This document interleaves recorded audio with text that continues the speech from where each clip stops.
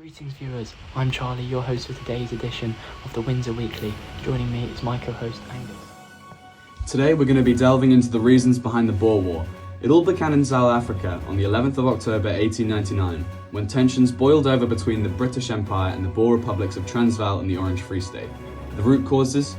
Well, it's a mix of economic interests, colonial ambitions, and disagreements over who should control valuable resources like gold and diamonds, as well as social disagreements between the Boers and the British because the Boers were refusing to give the Uitlanders voting rights. Boo. This war wasn't just a skirmish, it reshaped South Africa's political landscape completely. Stick with us as we uncover what led to this historic conflict. How did it all begin? Well, the foundations were laid by the infamous figure Cecil Rhodes, whose constant tension with the Boer people suggested that danger was imminent.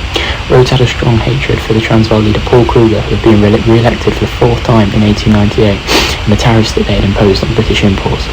Rhodes and Joseph Chamberlain, colonial secretary, were fearful that Britain's influence was being threatened by the growing control and power through railways and the discovery of gold in the Rand in 1886.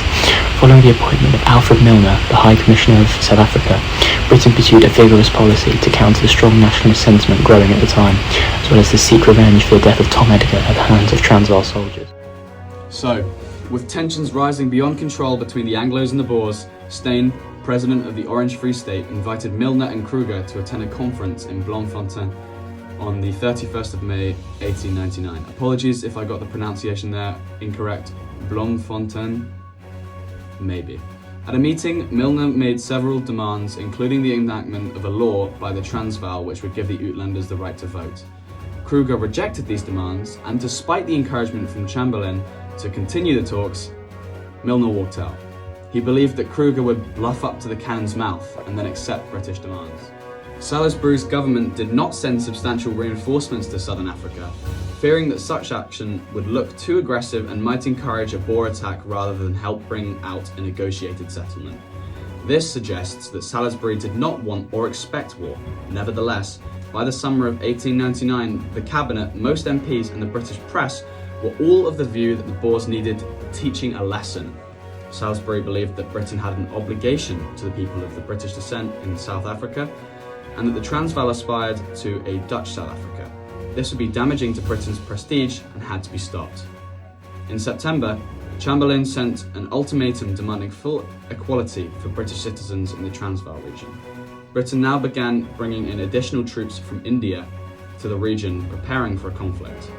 Kruger, regarding the war as inevitable, issued his own ultimatum giving Britain 48 hours to withdraw all of their troops.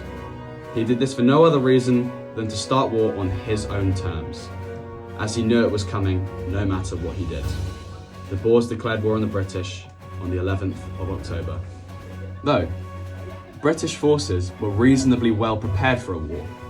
Many officers and men had already been hardened in a succession of colonial wars in which they had already been very successful. After the declaration, the British Admiralty transported men and supplies over a distance of 6,000 miles without any issue. However, the war itself did not go to plan. Here's why. Firstly, the Boer army. On paper, it looked no match for the might of the British.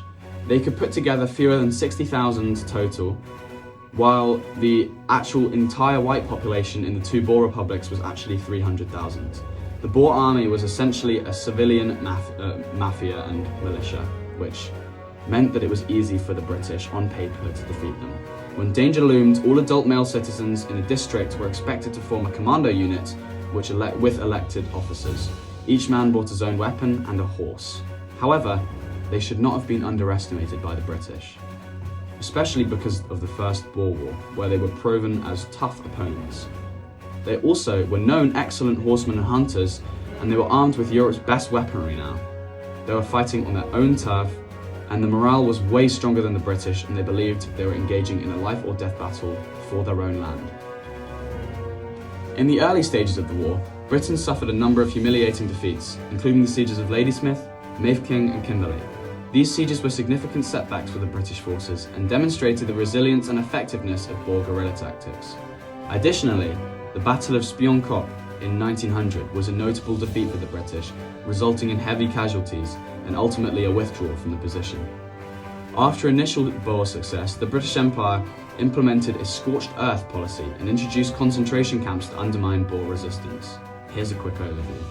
In 1899, on the October 11th, when the war was declared, Boer attacks on British outposts occurred across southern Africa. From the 20th to 23rd of October, British forces suffered defeats at the Battle of Stormberg, Margersfontein and Colenso. In 1900, from February 15th to 27th, the Siege of Ladysmith ends with British relief. From the 27th to the 28th, British victory at the Battle of Paardeberg leads to the surrender of a significant Boer force. From the 13th to 14th of March, the British win at the Battle of Bloemfontein, capturing the city finally. On the 27th of March, the Boers begin sieging Mafeking. And on the 17th of May, British capture of Pretoria, the capital. After that, the British had success across all aspects. On the 3rd of September, the Treaty of Vereeniging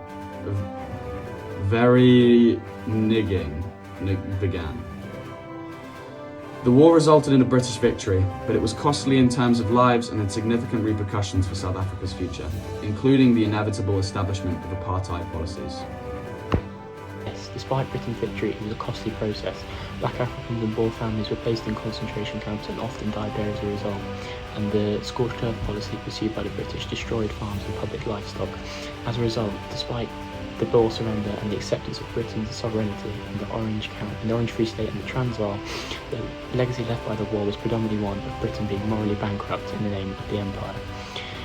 Not only this, but the war damaged Britain tangibly too, costing 400,000 men and £230 million, as well as dealing a blow to the imperial confidence domestically, as the British public were rocked by the thought of fighting a white enemy, which the social Darwinistic mindset struggled to justify. For the wider world, it was clear how Britain struggled to inflict their moral policies without a great cost. As a result, this war weakened the jingoistic mindset in the country, and the drive for national efficiency was a strong lever. By the end of the war, only the Conservatives still spoke out politically in favour of the Empire, although it had not died earlier. For the Boers, however, the Treaty of Vereeniging in 1902 gave them £3 million in compensation to restock their farms, and Milner combined the railway systems and economies. In 1906, the Transvaal was granted self-governing status, but in 1910, the people of the Transvaal, Cape Colony and Orange River Colony voted in a referendum to be Dominion under the British Empire, whilst retaining their own voting policies. It's a good idea. Thank you for listening, everyone, and tune in next week.